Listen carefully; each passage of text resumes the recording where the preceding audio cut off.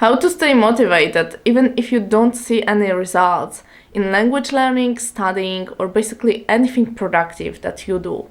Not seeing results can be quite frustrating, especially if you put into something a lot of time and effort.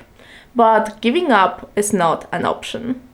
That's why in today's video I will tell you how to stay motivated anyways, regardless on your results, doubts, or negative feelings.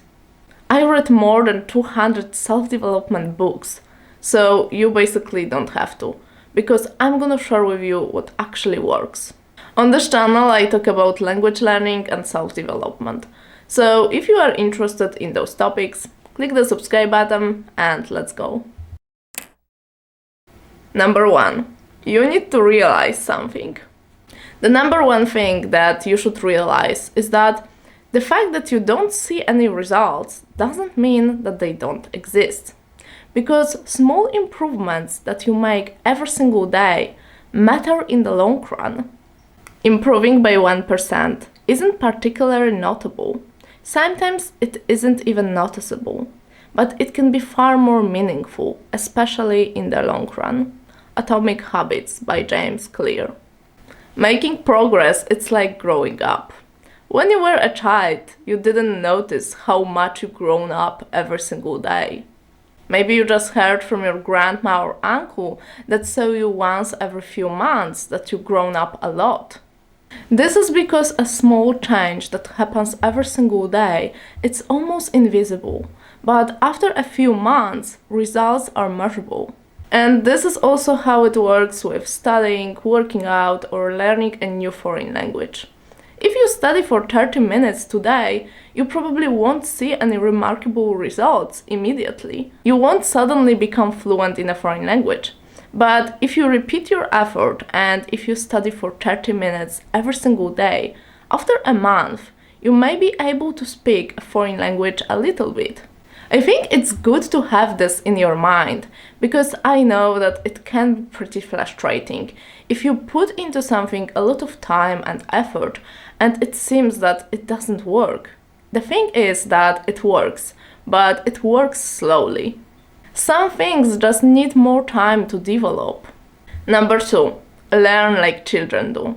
Don't focus on an outcome, focus on an activity. I very often mention on this channel that children are able to learn much easier and faster than adults. And there are not only cognitive reasons for that, but also psychological. And I believe that one of the reasons for that is that children don't overthink. They are not focused on getting any results. They are just out there trying to discover the world.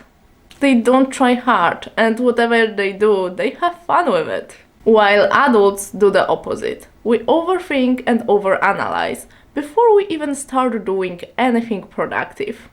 And that makes us care so much more about an outcome, not about an activity. Wanting positive experience is a negative experience. Accepting negative experience is a positive experience. The Subtle Art of Not Giving Up. A counterintuitive approach to living a good life by Mark Manson.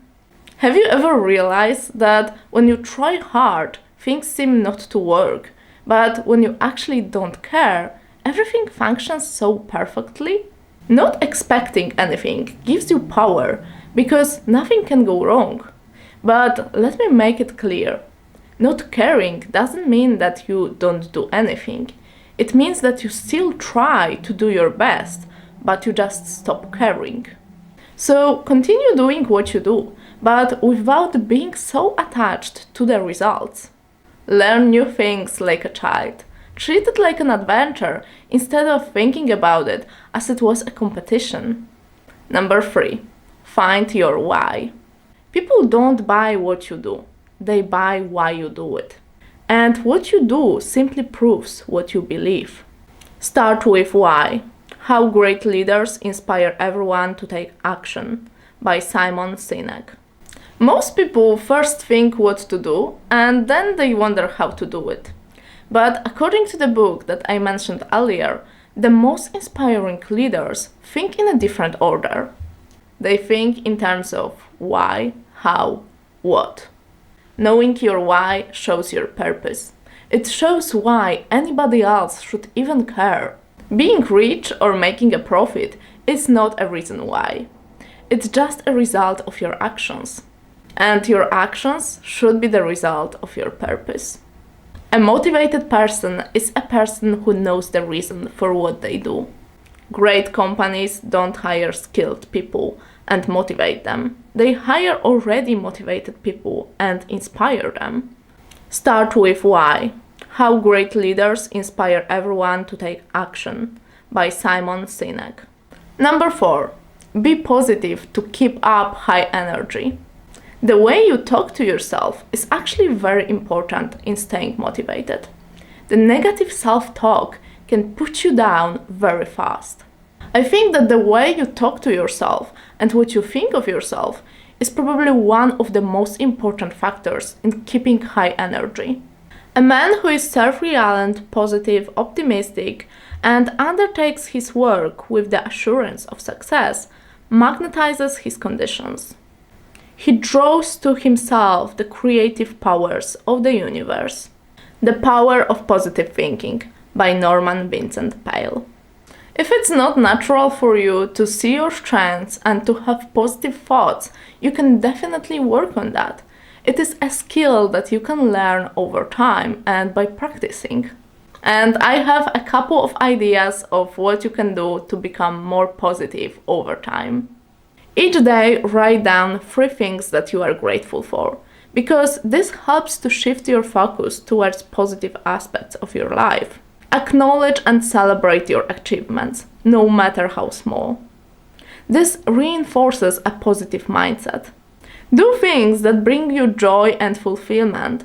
Engage in hobbies and activities that you enjoy to boost your mood. Treat yourself with kindness and understanding. Avoid self-criticism and replace negative self-talk with positive thoughts. Instead of dwelling on problems, shift your focus to finding solutions.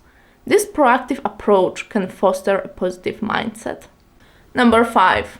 Don't complain.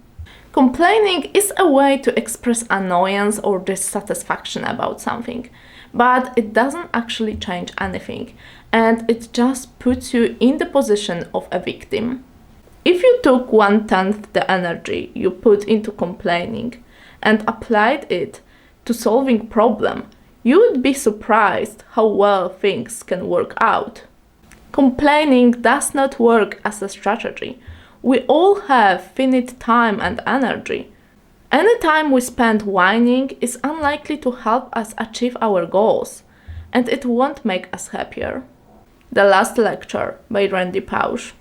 Even if you don't have this habit of complaining a lot, you should remember that your environment can also influence the level of your motivation. Complaining is contagious, like a disease. If you have around you people who always complain and have negative energy, over time they will put you down.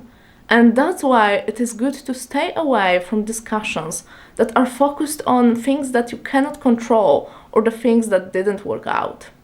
Number 6. Master this one skill to get better at anything.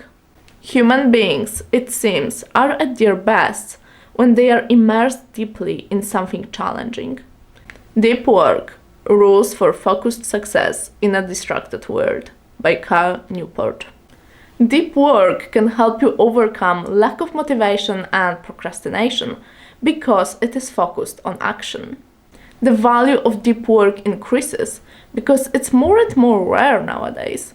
Not many people are able to work deep because of a lot of distractions in our modern culture. This topic is quite complex. That's why I explain how to work deep in another video that is visible on the screen. So see you there. If you like this video, subscribe to my channel and thank you for watching.